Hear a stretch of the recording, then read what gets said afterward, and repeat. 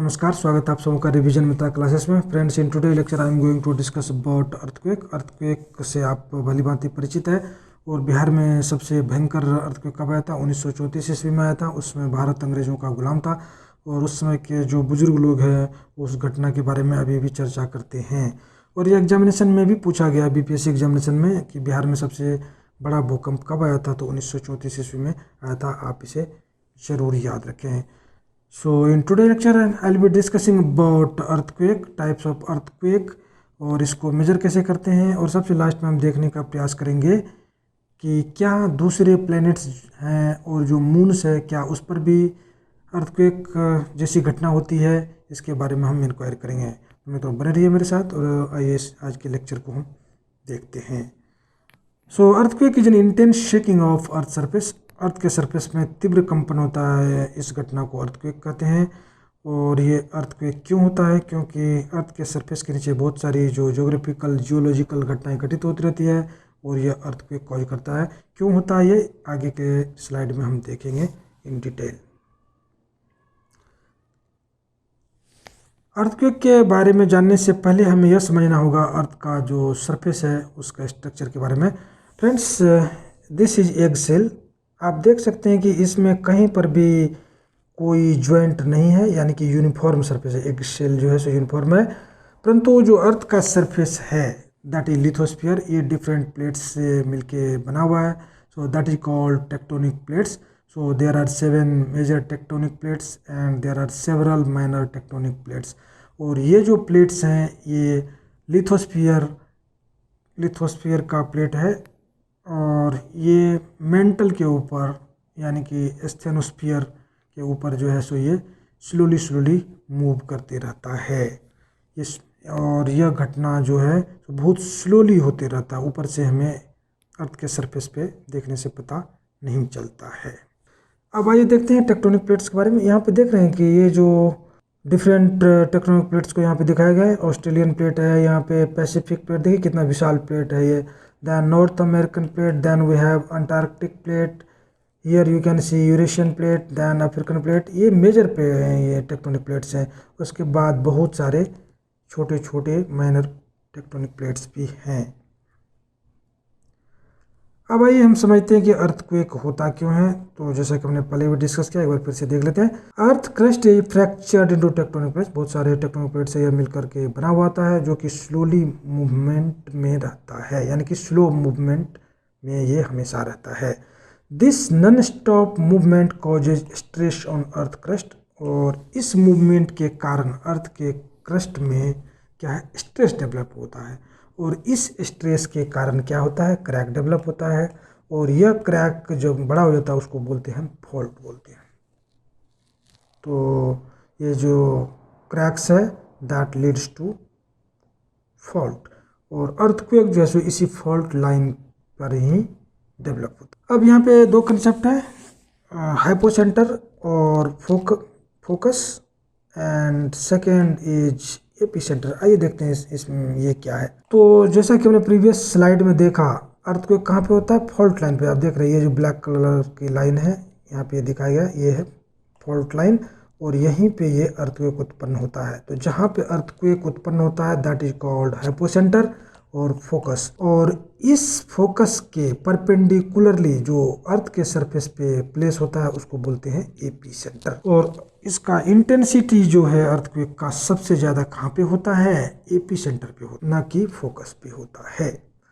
और जैसे जैसे आप एपिसेंटर से दूर जाएंगे वैसे वैसे ही अर्थक्वेक का इंटेंसिटी कम होते जाता है। ये घटना होता कैसे, यहाँ देखिए दो प्लेट्स हैं, ये दो प्लेट एक दूसरे को स्लिप ऑफ कर रहा है। देख रहे हैं ये इस डायरेक्शन में जा रहा है और ये इस डायरेक्शन में जा रहा है।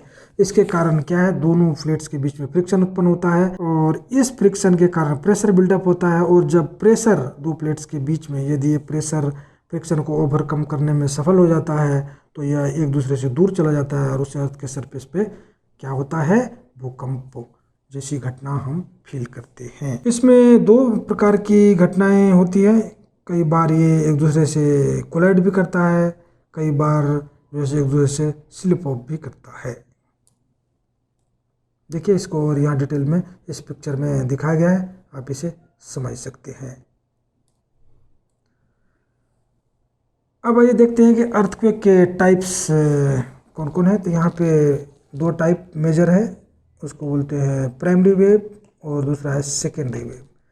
और यहाँ पे एक चीज़ नोट करने वाली है, primary wave is the fastest wave, और ये कितने किलोमीटर पर सेकंड से ट्रेवल करता है, तो 5 किलोमीटर पर सेकंड की गति से ये देख रहे हैं यहाँ पे ये ट्रेवल करता है।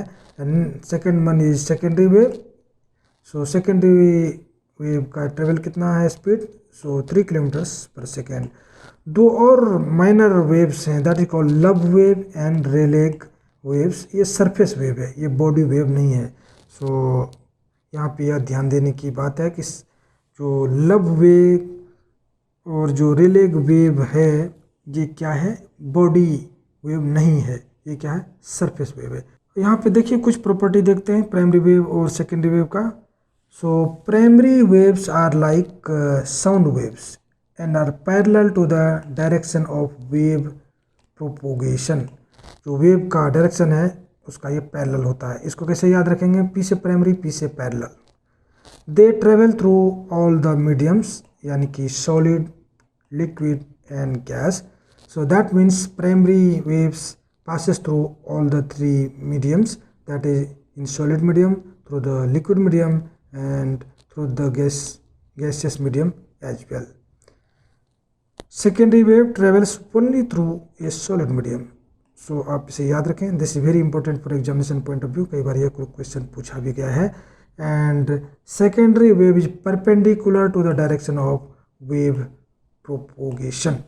जो वेव का दिशा है उसका ये परपेंडिकुलर होता है, तो इसे आप आसानी से याद रख सकते हैं। जो सेकेंडरी वेव है so passes through only solid medium and primary wave passes through all three medium, that is through the solid medium, liquid medium and gaseous medium as well. अब आइए देखते हैं कि अर्थक्वेक को मेजर कैसे किया जाता है। All earthquakes are different in their intensity and magnitude, so this is important. Earthquake का जो इंटेंसिटी और मैग्नीट्यूड है ये डिफरेंट होता है, सबका समान नहीं होता है। और आपको जानकर आश्चर्य होगा कि अर्थक्वेक हमेशा होते रहता है, but we never feel it because their intensity and magnitude is very minor. जब कोई बड़ी इंटेंसिटी का अर्थक्वेक अकर होता है then only we feel that. और अर्थक्वेक को जो मेजर करते हैं उसको बोलते हैं सिस्मोग्राफ। क्या कहते हैं, सिस्मोग्राफ। अब अर्थक्वेक को दो तरीके से मापते हैं, दो स्केल पे मापते हैं। पहला है मैग्नीट्यूड स्केल, इसको रिक्टर स्केल भी बोलते हैं। ये कौन थे, ये एक ज्योग्राफर थे, साइंटिस्ट थे, तो ये बहुत पॉपुलर है। आप देखते होंगे न्यूज़ में भी आते रहता है। जो रिक्टर पैमाने पे अर्थक्वेक 5.8 था या उससे अधिक था, तो इस प्रकार का जो मेजरमेंट है उसको बोलते हैं मैग्नीट्यूड स्केल। और ये 0 से 10 के बीच में इसको मेजर किया जाता है। एक बार यह बीपीएससी में पूछा गया है तो इसे भी आप याद रखें। Next one is intensity scale, इसको बोलते हैं Mercalli scale, used to measure intensity of an earthquake. ये भी एक साइंटिस्ट है। It measures the visible damage cause due to earthquake. Earthquake ने कितना डैमेज कॉज किया है उसको मेजर करता है कौन, मर्कैली स्केल। तो मित्र इस प्रकार से हमने देखा कि अर्थक्वेक को दो प्रकार से माप सकते हैं। First one is magnitude scale, second one is intensity scale. Magnitude scale को रिक्टर स्केल के द्वारा मापते हैं और इंटेंसिटी स्केल को मर्कैली स्केल के द्वारा मेजर करते हैं।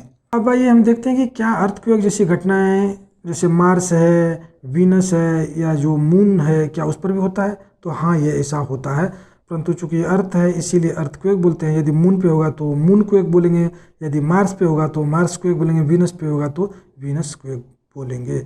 तो इससे यह कंक्लूजन निकलता है कि अर्थक्वेक जैसी जो जियोलॉजिकल ये घटना है, so that is not just limited to earth, so this happens, this occurs on other planets and moons as well. So mitro, in today's lecture we have discussed about what is earthquake, what is cause of earthquake, so what are the different types of earthquake, how do we measure earthquake, और सबसे last में हमने inquire किया कि earthquake जैसी घटनाएं क्या दूसरे ग्रह और दूसरे जो मून से क्या उस पर भी होता है। तो इन सब चीज़ों के बारे में हमने चर्चा किया। So friends, in the next lecture I will be discussing about volcano. तो मिलते हैं नेक्स्ट लेक्चर में, तब तक के लिए धन्यवाद।